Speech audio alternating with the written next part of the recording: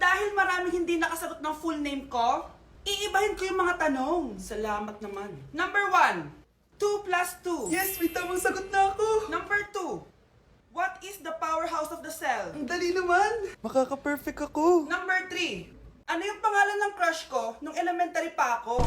Ano na naman yan? Kung nakikinig talaga kayo, alam nyo kung sino yung crush ko. Aba ma'am, akala ko mang-iibahin may mga tanong. Bakit may mga ganyang tanong na naman? Malamang, para makasigurado ako na nakikinig talaga kayo. Wala namang may paki kung sino naging crush mo na elementary ka, ma'am. Wala namang may alam yan eh.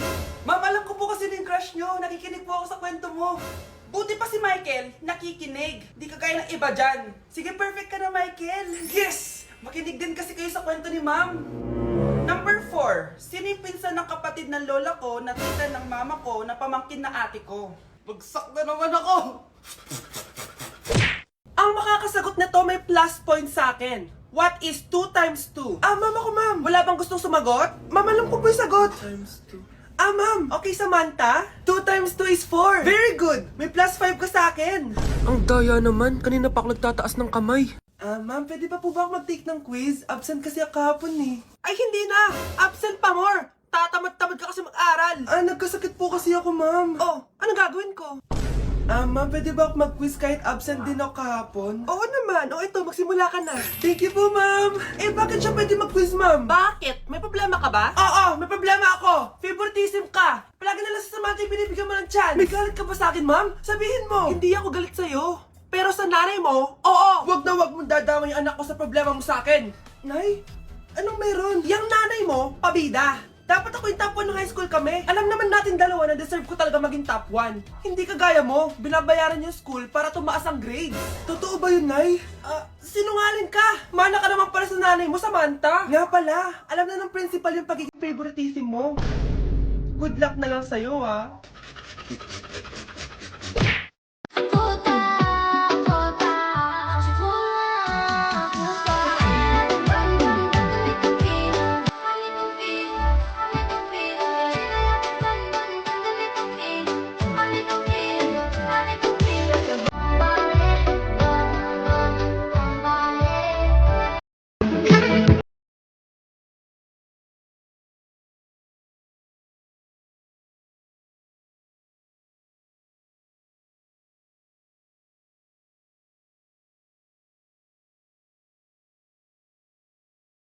Accepted sa exam ang may pinakamagandang spoken poetry. Ma'am, I volunteer! Wow! Okay, Scarlett?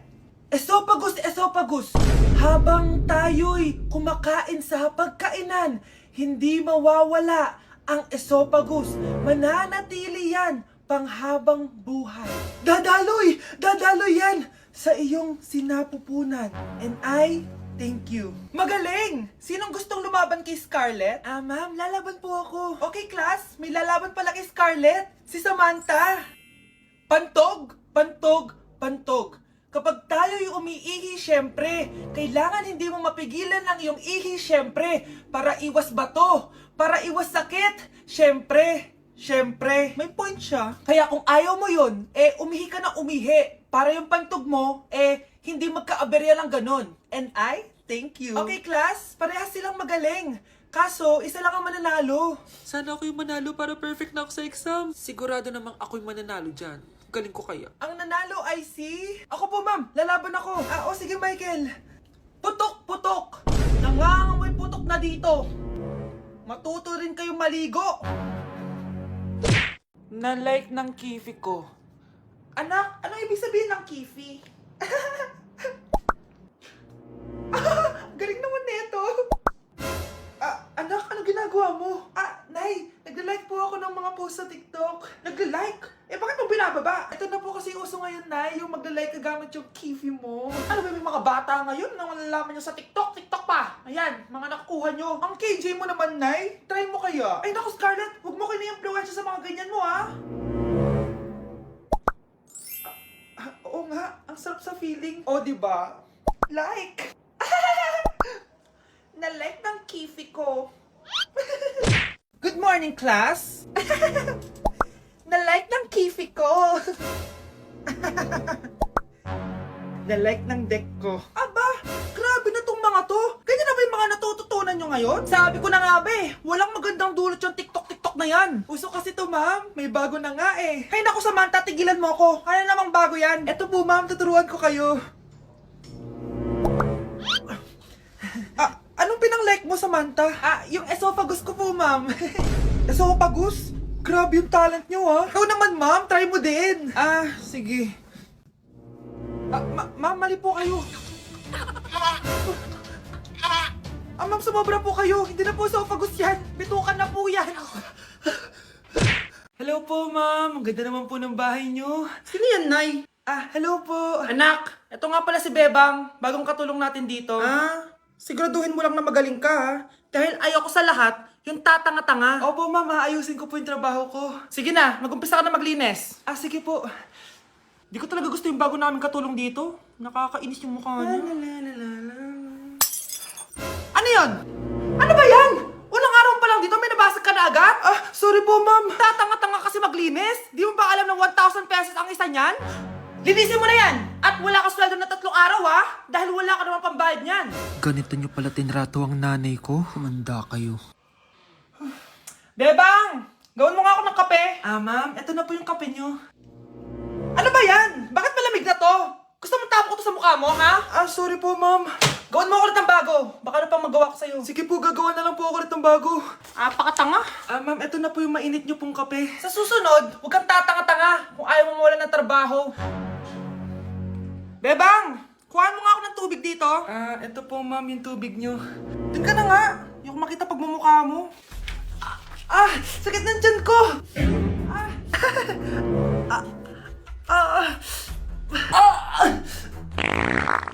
Anak! Lumabas ka muna dyan! Gusto mo nang mainit, ha? Tignan ko na lang kung hindi kumulo yung tiyan nyo dito. Ma'am, eto na po yung mainit nyo pong kape. Eto po, ma'am, yung tubig nyo. Hindi ko kayo mapapatawad sa ginawa nyo sa nanay ko. Nag-uumpisa pa lang ako sa paghihiganti ko sa inyo. Nay, kasama ko si Cheska, yung best friend ko. Ang ganda naman yung best friend mo, anak. Oh, kumain na kayo dito. Ay, hindi na, Nay. Busog pa kami, di ba? Opo, tita. Sige. Pasok na kami sa kwarto, Nay, Tara na. Tagal na natin di nagkita, bes. Oo nga pero syempre, best friend pa din tayo. Basta, walang iwanan, Oo naman, walang iwanan. Hanggang sa kabilang buhay pa yan. Lucia, bata pa tayo. Matagal pa yan. Manood na nga tayo. Sige, kunin ko lang ang mga chichirya natin. Mare! Oh, Mars, ang ginagawa mo dito? Nandiyan ba si Scarlett? Bakit, Mars? Si Jessica kasi, yung best friend niya, nasagasaan daw kagabi. Ha? Kasama pala ni Scarlett kanina si Jessica. Oo nga. Manonood nga kami ngayon ng movie sa kwarto Scarlett, maniwala ka. Nakalamay na siya ngayon. Di magandang biro yan, tita, Sige na, ipasok na ako. Eto, picture ng lamay niya. Ayaw niyo pa maniwala, Jessica? Saan nagpunta yun? Matawag? Scarlett, for sure alam mo na yung nangyari kay Cheska. Pupunta ka ba sa lamay niya ngayon? Ano pong sabi niyo, tita? Scarlett! Scarlett, lumabas ka dyan! Hi, Scarlett. Tara, nood na tayo ng movie. Cheska? Di ba walang iwanan? Sumama ka na sa akin. Okay, next! Thank you. Naman, sino ba siya? Sumasagi ka palagi sa utak. Next! Di pa nga ako tapos Ba't walang magagaling? Mukhang magaling siya. Kifi! Ang Kifi ko!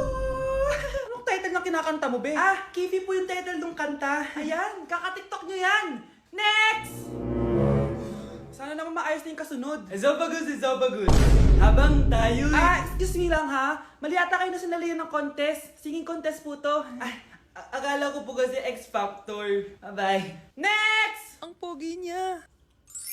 Anita Max win! Ano daw? Anita Max win! Tama na to! Ayoko na! Wait lang po! Wow! Yay! Uy, mukhang magaling to kalma! Baby, kalma! Number 10! Last question na to, class, ha? 10 points to. Sana madali lang itanong ni ma'am. Mukhang mapaperfect ko to Ano? Ang full name ni Jose Rizal. Full name? Akala ko full name niya na yun. Dinuro ba yan ni ma'am? Kung nakikinig talaga kayo sa discussion natin, alam nyo kung anong full name niya. Alam ko lang yung full name ng crush ko. Ano ba kasi full name niya? So wala palang nakikinig sa akin, ha? Sige, perfect sa exam ang makakasagot sa akin. Ma'am, alam ko po. Okay, Cheska. Ang full name ni Jose Rizal ay Jose Protasio Rizal Mercado E. Alonso Rialonda. Very good! Perfect ka na, Yes, thank you, ma'am. Ma'am, bakit pa ba namin kailangan pag-aralan yung full name ni Rizal? Itatanong ba yun sa amin kapag mag-a-apply na kaming trabaho? Oo nga, ma'am. Parang di naman kailangan pag-aralan yan. Perfect na sana ako eh. Pinag-aaralan natin siya kasi marami siyang nagawa at naiambag sa bayan natin. Eh, kayong dalawa, ano naiambag nyo? Di ba puro lang kayo reklamo at panigat sa bahay? Sabi ko nga po, ma'am.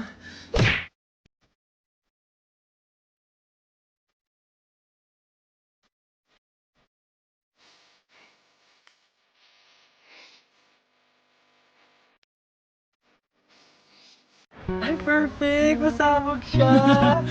Masabog. Sabi na Versace! Love you. Thank you so much. Happy Valentine's Day everyone! So, kakatapos ko lang mag-aral ngayon.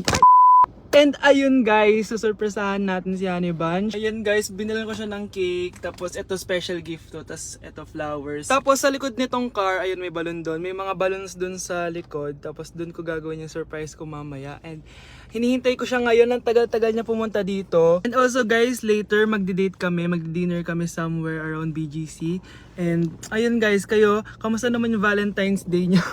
Special tong Valentine's sa akin kasi last year ang dami naming na-achieve. And then 3 years na kaming magjowa ni Honey Bunch. So kaka 3 years lang namin noong January 12.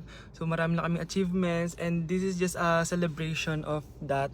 And more celebrations to come. So susulatan ko rin pala siya ng letter. Ayan, para sweet tayo. Ayan, para ma-feel niya talaga na mahal ko siya. Ayan. Wala pala akong papel guys. Envelope lang to, tapos dito na lang ako sa likod magsusulat.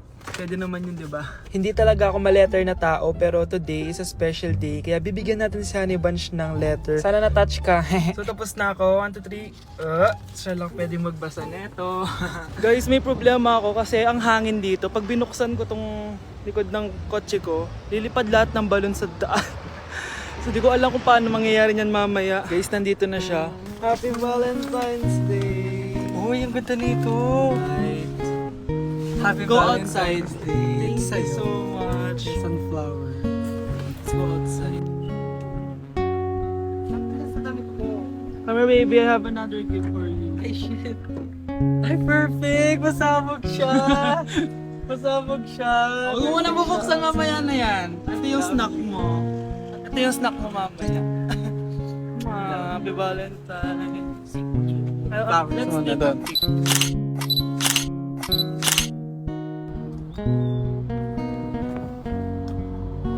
So guys, may dala pa pala siyang flowers. Matagal na sinasabi ni Honey Bunch na gustong gusto niya daw yung amoy na naaamoy niya sa mga mall. So ayan, binilan ko na siya finally. Masyadong maganda yung lalagyan. Ay!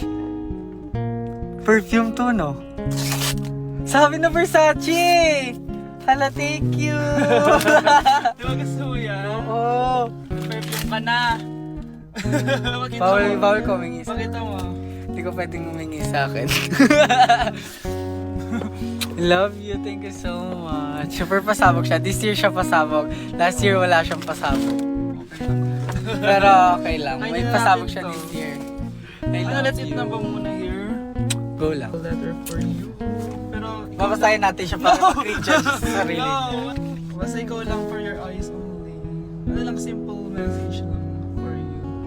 So after nun, ayan, kumain na kami dahil nagutom na kami dalawa. Kumain kami sa Japanese restaurant kasi nag-crave daw siya ng Japanese food. So dependent pala dito pag mag-order guys. Nagpabili nga pala siya ng California Maki tsaka yung chicken. Hindi ko alam kung anong tawag dun. Ayan, so sana nag-enjoy ka naman Honey Bunch and I love you so much. More achievements to come and sana di pa tayo mamatay, no?